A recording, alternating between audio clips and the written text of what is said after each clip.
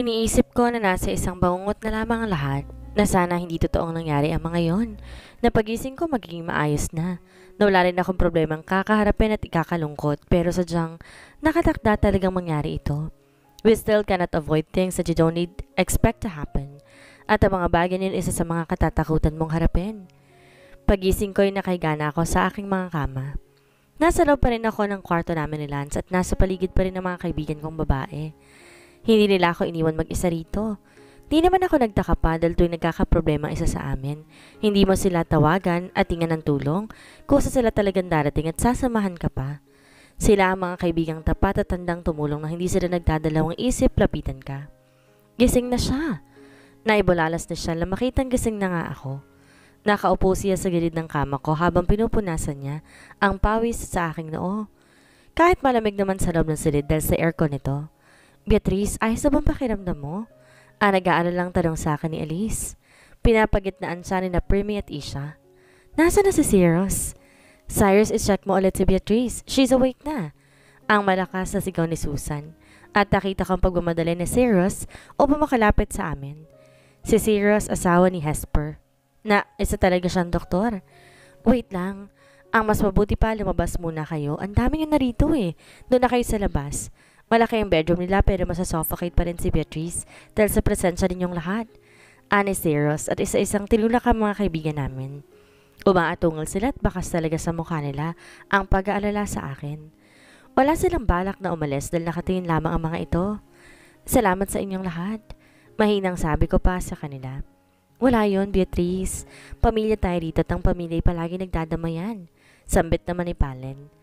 Itong tubig, Bea, uminom ka muna. Kailangan mo to dahil namumutla ka pa. Sabi ni Yani at sa malambing na boses pa talaga niya iyon sinabi. Kaya tila inaawitan pa ako ng isang anghel. Masarap pakinggan ang boses niya kaya walang dudang napaamo niya si Schrader na malayong pag-uugali nito sa kanya. Inalalayan naman ako na iba na makaupo at isinandal sa headboard ng kama pero nilagyan pa rin ng unan para hindi manakit ang likod ko. Kinuha ko ang baso ng tubig at inom na nga iyon. Gaya ng sabi sa akin ni Yani. Mabilis din nilang inagaw sa akin ang baso. Hinanap naman ng mga mata ko si Lou. Naalala ko kasi bago ako nawala ng malay, umiiyak siya kanina. Dahil siguro sa takot na nalaman niya ang nangyari sa daddy niya. Nasaan na palang anak ko? Tanong ko sa kanila. Inawakan na ni Cyrus ang pulse ko at sinimulan na ako nitong sinusuri. Iyak ng iyak kanina si Lou. Lalo pa na makita kang nahimatay, Bea. Kaya iniliw muna siya ng tita Savannah at ninang Marilyn niya. Tubahan naman sa pag-iyak nung dumating ang mother-in-law mo. Nagsusumbong sa nangyari sa daddy niya. Paliwanag naman ni Shell. Hindi ba sabi ni Dr. Cyrus, lumabas muna tayo? Tara na. Pag-aaya sa kanila ni Rio at tinila ang kanilang mga braso. Sa tingin ko naman mabuti ng kalagayan niya. Nandiyan naman ang doktor natin at ang topo ng tinaguan. Kaya tara na sa labas. Dugtong pa niya na may kasama pang pagbibiro kaya sinama niya ng tingin ni Elise. Mabuti na lamang at dito nagmura. Malulutong pa naman ang mga mura niya. Ang sakit sa tingang pakinggan. Nagsitanguan naman sila at nagpaalam sa akin lalabas na. Naiwan sa aming silid sina Elise at Cyrus. Alam ko nagulat ka sa nalaman mo, Bea, but it's not good for you to worry too much and you need enough rest. Ani Cyrus. My tears flowed because how could I not worry? If only I knew he was on the verge of death now or if my husband really survived. Hindi ko kakayanin kapag nawala sa akin ang asawa ko. Kailangan pa namin siya, Lou.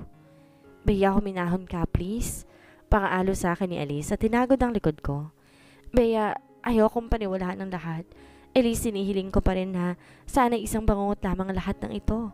Pero dahil nandyan kayo't nararamdaman kong totoong nangyari nga ang ganitong klaseng pangyayari, hindi ko maiwasang masaktan at mas mag-alala lang ako na sobra para kay Lance. Parang kanina lang naman siya nagpaalam sa amin ni Lou. Ako pa siya sa amin na babalik din naman siya pero bakit nangyari to? Bakit si Lance pa? Hinaing ko at di ko na napigilan pa ang umiyak sa sobrang sakit ng nararamdaman ko. Sumisikip ang aking dibdib at pakiramdam ko. Sinaksak ng libo-libong kutsilong puso ko. Namanhid ang katawan ko at parang hirap na hirap pang huminga. Nasasakal ako. Bea, hindi pa naman tayo sigurado eh. Kung isa na ba sila sa mga hindi nakaligtas sa pasahero ng barkong yon? Pero gumagawa ng paraan ng mga lalaki para hanapin si Lance. Pahayag naman ni Cyrus. Ang tinutukoy niyang mga lalaki ay ang mga asawa nila na matalik na kaibigan din ni Lance. Pero paano lumubog ang barko? Hindi ba maganda naman yung panahon? Nagtatakang tanong ko. Hindi pa rin ako tumigil sa pag-iyak. Bakit biglang lumubog yung barko? Ano ba talaga nangyari? Ang sabi sa akin ni Jay, nagsimula sa sunog ang pangyayaring yon at hindi na nagawa pa imaniobra ng kapitan ang barkong sinasakay nila. Maraming pasahero at may mga nakaligtas din naman. At saka isa pa, sa kalagitnaan din ng kanilang biyahe umulan ng malakas. Si Lance, ang asawa ko, Elise? Tanong ko. At umaasa pa rin akong ligtas talaga siya pero kada oras namin ina-update ni Hesper pero wala talaga si Lucas sa mga na-rescue nila. Umiiling na sambit ni Zeros at mas bumuhos lang ang mga luha ko. Parang nawawalan ng pag-asa sa mga sinasabi nila. Nasaan naman siya? Nasaan siya at bakit hindi siya makahanap? Lance, mahal ko. Bea, please, magpakatatag ka muna sa ngayon. Hayaan mong sina Jay na lamang ang maghanap kay Lance. Kaibigan nila yun at hindi sila titigil hanggat hindi nila nakikita ang asawa mo. At nandito na kaming lahat para sa iyo. Para sa inyo ni Lou. Hindi namin kayo bababayaan dito. Bea, hindi namin kayo iiwan sa ganitong kalagayan. Nakikiusap na saad sa akin ni Elise. At mahigpit tinawakan ng mga kamay ko. Elise! Humihikbing sambit ko sa pangalan niya. May namumuong luha na rin sa mga mata niya. Bea, gawin mo to. Gawin mo to alang-alang sa pangalawang anak ninyo ni Lance na daladala mo ngayon. Parang nabingi pa ako sa sinabi ni Zeros. At kahit expected ko na yun, nagulat pa rin ako. Ano yun, Zeros? Tanong ko. You're pregnant. Kaya iwasan mo mag-isip ng mga bagay-bagay na po pwede mong ika-stress, Bea. Makinig ka muna sa akin. Kailangan mo munang pangalagaan ang sarili mo at si Lance. Mahahanap natin siya. Hanggat di natin nakikita ang katawan niya, ay posibleng buhay pa siya at nakaligtas. Yon ang pinakamasayang balita sana namin ni Lance. Ang mabigyan ng blessing. Ang buntis ako sa second baby namin pero sa mga oras na malaman ko yun ay wala na siya sa tabi ko. Wala na siya na una makikita kong malakas sa pagyayas niya na daddy na siya. Ang mga masasayang tawanan niya at magandang ngiti at sa sobrang kasiyahan niya rin, may iyak siya sa huli. Nangako naman sa akin ng mga asawa ng kaibigan ko na hanapin nila si Lance at di sila titigil hanggat di nila ito nakikita at nahahanap. Ang maswerte lang talaga nakaligtas ay sina Jay at Poirier. Nagkaroon ng emergency sa kumpanya nila kaya hindi sila nakasama kay Lance. Ang plano nila sa ibang araw na lang sila susunod. Hindi ko hinihiling na magka-problema rin ang kumpanya ni Lance pero sana ganoon din siya para hindi na makasakay pa sa barko at di siya matutuloy. Kung sana pinigilan ko na lamang siya ng araw na yon, wala sana mangyayaring masama sa kanya. Kung pinilit ko na lamang siya na wag nang umalis, sana nandito pa siya. Kasama pa namin pero sadyang ang tadhana mismo ang gumagawa ng paraan para ipaglayo kami. Ang dami kong sana. Nangyari nang dapat pang mangyari. Sobrang unfair niya sa amin at bakit binigyan niya kami ng ganitong klaseng pagsubok na hindi ko alam kung kailan ito malalampasan o kung paano ako makakaalis sa isang bangungot na ito. Naalala ko pa bago siya umalis. Parang di ko gustong umalis. Mas gusto ko makasama na lamang kayo rito ni Lou. Ako rin naman, but I need to, wife. Para to sa inyo ng anak nating si Lou. Mag-iingat ka ron. Kayo nandito ni Lou, mahal na mahal kita. Mahal ko kayo ni Lou. Tandaan mo na kung wala kayo, wala rin ako ngayon. Huwag niyo na ako ihatid. Ayoko makita niyo akong umaalis. I love you too, hon. Hihintayin ka namin ni Lou. Tatawag ako kapag nakarating na kami roon, okay? Sige, hihintayin ko ang tawag mo.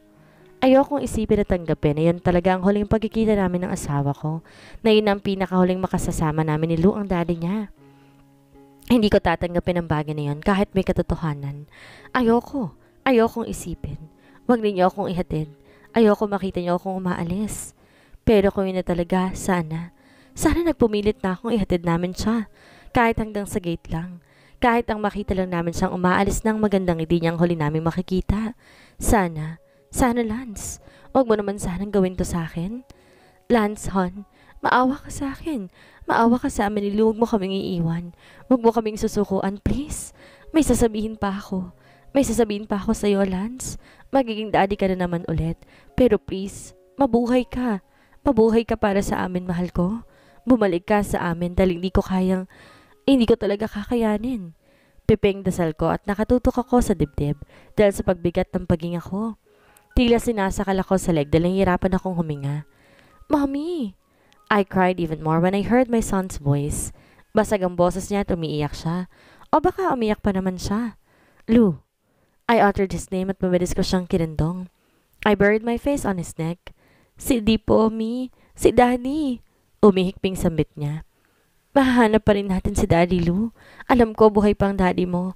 Hindi siya pa pwedeng mawala sa atin, anak ko. Sabi ko sa kanya para hindi siya mawala ng pag-asa. Miss ko na po agad si Di, Mommy.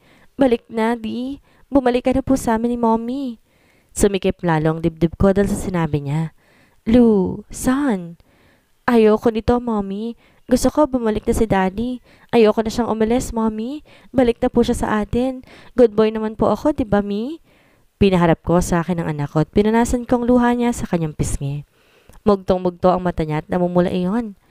Babalik sa atin si Daddy Lou. Nangako siya sa atin na babalik siya. Iintayin natin siya. Pagbalik niya, sasalubungin natin siya na mahigpit na ihakap, anak. Sabi ko. Opo, Mi. Ihintayin ko rin po siya, Mommy. Sa mga oras na yon, kami ang unang di nawalan ng pag-asa at di namin sinukuan si Lance. Hindi pa rin kami naniniwala na wala na nga talaga siya. Babalik siya sa amin. Babalik pa rin siya sa amin kaya hihintayin namin siya. Narinig mo, Lance? Ihintayin ka namin ni Lou. Hindi lang kami ng anak mo ang umaasang buhay pa si Lance. Dahil maski mga kaibigan niya naniniwala pa rin silang nakaligtas ito. Dahil kung nawala man siya sa amin, matatagpuan pa rin ang katawan niya pero hindi. Ang ibang pasahero kahit bangkay na natagpuan pa rin sila sa malapit na lugar. Kaya posibleng buhay pa raw ito kaya hindi sila tumigil sa paghahanap. Pero habang lumilipas sa maraming araw at mas tumatagal na ito ng ilang buwan, parang nawala na rin sila ng pag-asa pa. Hanggang dito na lamang tayo. Bea, ginawa na natin ang lahat pero wala talaga. Malungkot na sabi sa akin ni Woben. Gusto ko sanang tulungan pero sinisi na namin ng dagat. Hindi talaga namin nahanap si Lance. I shook my head. Just accept the fact that Lance, wag mo nang sabihin pa yan, Jay. Pinapahirapan niyo lamang si Bea. Seryosong sabat ni Elise sa asawa niya. Han, itiko mo na lang bibig mo kung hindi naman magandang sasabihin mo kay Bea. Pagbabanta pa niya kaya walang nagawa sa Jay, kundi bumuntong hininga at manahimik. Imposible talaga yon. Isipin niyo naman, kahit bangkay na nahanap pa rin ng mga biktimang iyon at malapit lang sa pagkalubog ng barko. Pero bakit si Lance lang hindi niyo nahanap? Bakit nag-iisa lang siya na nawala? Makahulugang tanong ni Reo. Kaya naman nakuha niyang atensyon namin lahat. What do you mean by that, wife? Poirier asked her wife.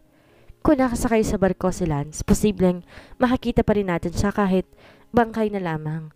Reo? Halos magkabahay, natawag sa kanya ng lahat. Maliban sa mga lalaki. Sa mga oras na yun, hindi malakas ang ulan. Tamang pag-ambon lang at hindi malala ang sunog.